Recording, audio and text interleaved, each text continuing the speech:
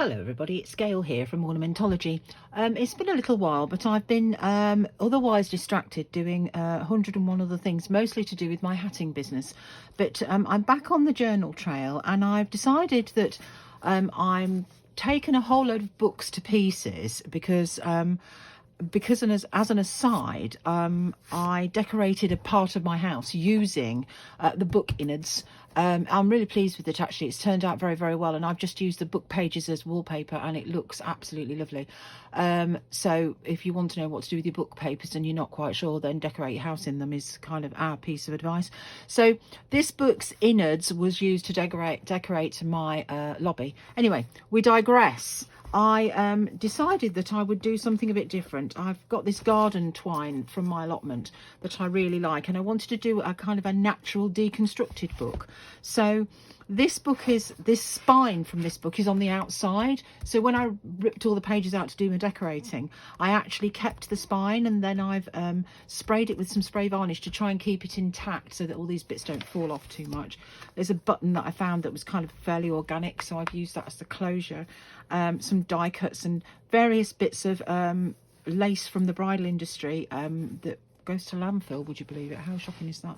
So there's a little thing here that comes out, so you can actually call this, label it yourself. It's called Natural Beauty, and it's £55, but we'll come back to that. So here we are. So you open this book, and the first thing you're greeted with is a pocket with something that I guess you could have as an index. I've stenciled this extensively. Bit of advertising, we've talked about that before, we won't go there. I bought an embossment file. I bought from New Go Me an embossment file, which is a 3D one, which is quite lovely. This is what is called an ATC, an artist trading card, I think. But basically this here card was from a deck of cards that somebody gave me for some kind of healing thing. It didn't work for me. I tried to give them to her back and she doesn't want them, so I've repurposed them into these little kind of cards that are just interesting. I've put the spare and remainders of things from this journal in this CD envelope, which I've stenciled, so that's just a bit of frou-frou for when you want to stick bits on your pages, you know, if you haven't got enough pieces of interesting stuff of your own, which I'm sure you have.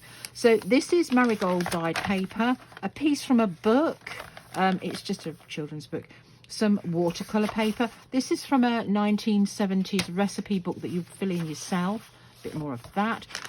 Another one of those, I'm going to call them ATC's artist trading cards. You can actually write on it. There's some really beautiful music paper here. Brown paper, we all know about my nemesis and brown paper. This is just a piece of decal-edged card. It's just pretty, and I put it in. People can decorate it, do what they will. This is a Spanish aero car over a whirlpool, and it's from a pack of cards that I found in a bundle of stuff that I got from the auction house, and it's about Niagara Falls. But it's black and white. I would guess it's 1950s. Some paper. All the papers are hand dyed by me. This is red cabbage, bit of flower fairiness, avocado dyed, a bit more children's book. I just thought it was quite homey. Bit more marigold, coffee dyed. This is from an acquisitions register that I did when I made and had printed for my fine art degree. This is some book page and some thing from an artist book, how to draw. How you can learn how to draw from a book is a little bit of a mystery for me, but it's got some interesting images, and I got it from the charity shop. A pocket that is a double-sided one. I made, when I first started this journaling adventure, I made some pockets to put things in so that I could keep them all together, and then consequently I outgrew them. So instead of throwing them away, I kind of turned them, cut them in half and added a bit to the other side. So I've made a double pocket, and this is another one of those cards that you can write on should you wish to do so, or just put a hook on it and turn it into a tag, or whatever you like, really. Some ledger paper, more avocado dye, a bit more flower fairies, and then we're in the middle with a little fairy. It's kind of a bit about that. The Song of the Horse Chestnut Fairy. I won't sing it, you don't need that torture in your life. A fold out page here that's a ledger page, I think from about the 1960s. I made a little envelope, and it opens out like this. It's not got anything. I thought you might like to put your own lovely things in, and this is the other end of this clear envelope. the other side of that. And now we're on the other side of things for this particular signature, and it's just the same but different, I suppose. I took some labels off some cotton bobbins that were empty, and I've just kind of made this a bit of a sewing theme thing. Again, you can write on the back of there should you wish to do so. A bit more of this watercolour paper, the other side of the recipe book, and these are just pretty little watercolory looking images that took my fancy. They're very light-hearted and gentle. So that's signature 1. This is signature 2. Behind here, on the back of the book, I used more of that pillowcase that just keeps giving as the binding for the book. So I bound these 2 signatures, 3 signatures, what am I talking about? I can't even count. 3 signatures onto a piece of card over the fabric, so it's kind of quite a traditional bound, really. I had this old postcard. It's almost biblical, I think, but I don't think it is. But it's a classic scene on some book page. I'm just flipping through. I'm not going to narrate the whole thing because it gets tedious. A little bit of a old-fashioned playing card, just the one. Did some sewing of pockets this time, just to ring the changes, really, because we don't want to be making the same old boring things. This folds out this way. This goes this way. A bit more about Bramley Hedge, that's what that book's called, and a few more flower fairies. I've staggered the way I've laid them out, the pages, so some are higher, some are lower. Now we're in the middle, and so it's the same story on the other side. This is just a book about flowers, really. This is quite interesting, the way it's dyed. It almost looks watermarked. A bit more Bramley Hedge. Hedge, should I say edge? Dear me, how common. So there we are. So that's that. And then in here, there's this postcard. Look at the handwriting. How beautiful is this? It's to Joyce and Mark Whitton, care of the Barlings, the old rectory, Peakirk in Peterborough. I just bought this clump of old postcards, which are rather lovely. I also embossed this cereal packet. So on the other side of that little pocket, I've got a cereal packet and embossed it through my embosser. I don't know if you can see, it's kind of like flowers, and then sewed it together. It's kind of interesting, and you can see the back and the front of the thing, which is an interesting thing, I think. A bit more of this vintage postcardery. This is Moscow, the Kremlin. Crikey, it's a bit sophisticated, isn't it, the Kremlin? Go me. Clearly I've not been to Russia. And more Bramley Hedge, more dyed papers, bit more flower fairy.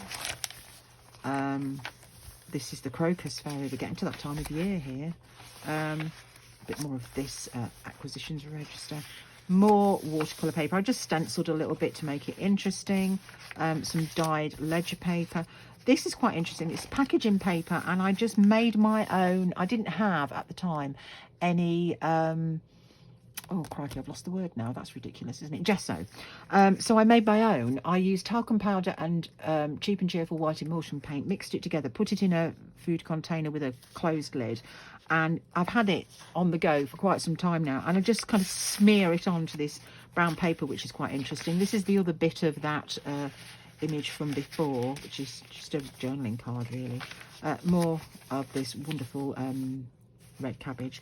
Some more just little bits of card, another bit of playing card, because sometimes you just want to jot, don't you? This is a pack of playing cards. It's about it gives you interesting facts about Austria, and at the time in 1951 the population of Austria was 6,900,000. Be interesting to know what it is now. I haven't googled it.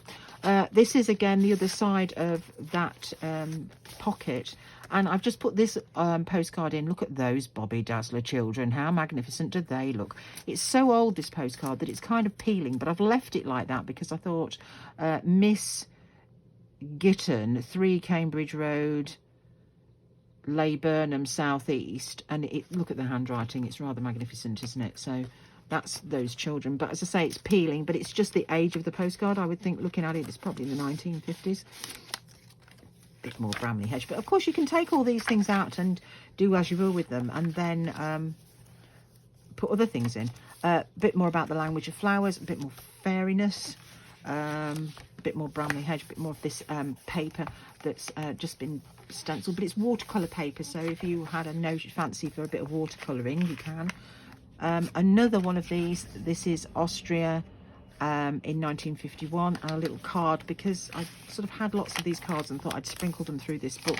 Again, this is that red cabbage paper, but it's dried funny, and you've got like this line watermark. It's just an interesting way it's dried. I quite like it. And then I found this, Gabrielle Ray and Billy Burke. I can only conclude that they are, well, it's a bit strange, isn't it? It looks almost like a wedding card, but I can't imagine two women got married in this time.